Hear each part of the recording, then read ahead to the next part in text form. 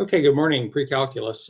This is just a quick video on another example problem. This is problem number 29 in your packet, which I've asked you to work on this week. And so it came up as a question from one of the students, so I thought I'd go over it real quickly. Okay, so these items over here on the right, these are the items that we're going to need to use, the tools we're going to need to use to help sketch our graph of our rational function. Okay, so remember the very first step in all of these problems is to factor everything. So in this problem, the denominator factors because it is a difference of squares. Starting to see these patterns more and more, right? X squared minus 9, because this is a perfect square and it's a subtraction and this is a power of 2, this factors into x plus 3 times x minus 3. Okay, then after the numerator, of course, doesn't factor, it's just the constant number 4, no variable up here at all. So once we look at this, we notice there aren't any common factors to divide out. And so since that's the case, right, we know there are no holes in the graph. However, we do have two discontinuity values, right? Down here in the denominator, we have an x value of -3 in this first factor and +3 in this factor, which would give us two vertical asymptotes, one at -3, one at +3. So we can go ahead and sketch those in by drawing our vertical lines at x equals positive and -3. Okay, so we have three sections of our graph defined by these two vertical asymptote lines.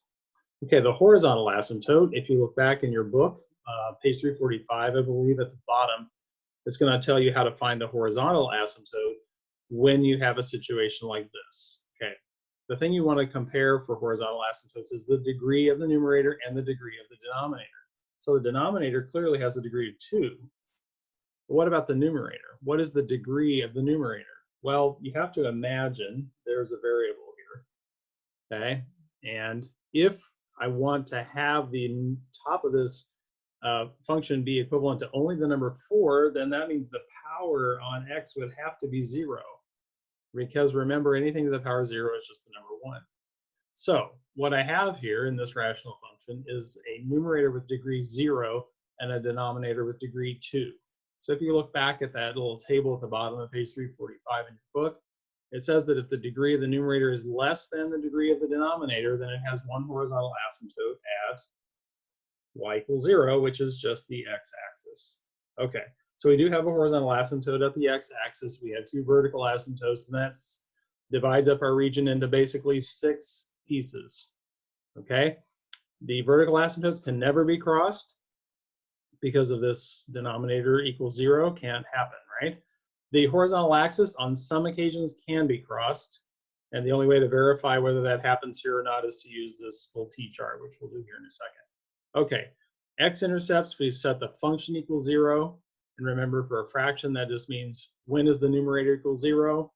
Well, since there isn't any variable up here, this numerator is always going to be 4, which will never equal 0. So that means there are no x-intercepts.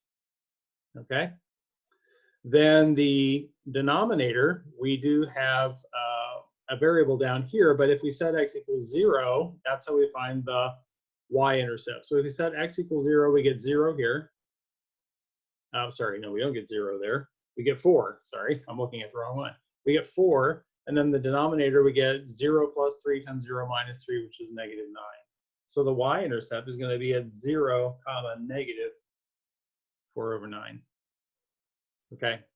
All right, so where's our y-intercept? It's right here. Okay, and no x-intercepts. And we have this horizontal asymptote, which really isn't showing up because it's the x-axis. So now it's just a matter of plotting in points, okay? So we already know 0. Let's try easy numbers like -1 and +1.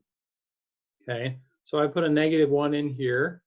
We're going to get -4/2 times -4. Again, that's a -1 there and a -1 there. It's 2 times -4, so that's -4/8 or -1/2. Okay, so we do -1, -1/2, which is a little bit lower than this point right here at 0, right?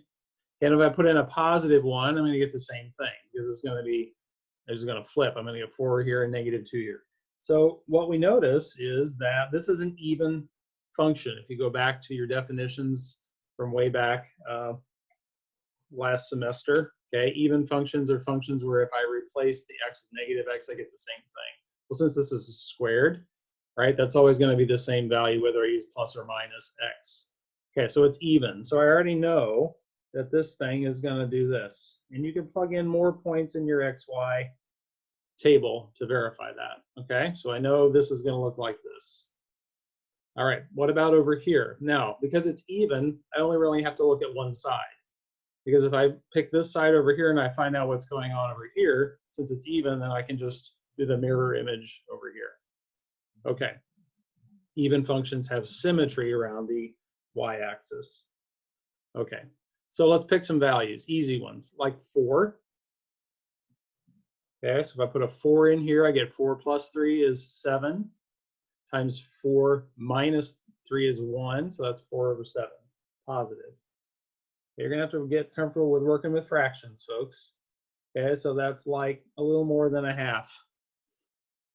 Okay, and then if we do 5, well, we would get 4 on the top, and 5 plus 3 is 8, and 5 minus 3 is 2. So that's 4 over 8 times 2. That's 4 over 16. That's 1/4. So as I go further out, right, these numbers are getting smaller, and they're getting closer to 0. But because there's an asymptote there, they're never going to get to 0. So it's going to be like an arrow here. And I'm sorry, it looks like it's coming back up. It isn't coming back up, right? It's always decreasing. And then because of how these functions act, we know that this is going to go up like that. Okay, and if you want to get your calculator out and verify that, you're just going to pick a number between 3 and 4, like 3.5, and you'll see that the values go up. Okay, so now we're going to use the symmetry thing because it's even, it's symmetric, so I can just go right over here at -4, I'm going to have the same value, and at -5, I'm going to have the same value, and now I'm just going to sketch like this. Okay. So there's an overview of this problem number 29. Pay attention to the process we used. Use your T-charts to help you locate different points. And for this problem, it was really helpful to know that this is an even function, which means it's symmetric around the y-axis. Okay, so make use of that, and hopefully that will be helpful. Okay, thanks guys. Send me your questions.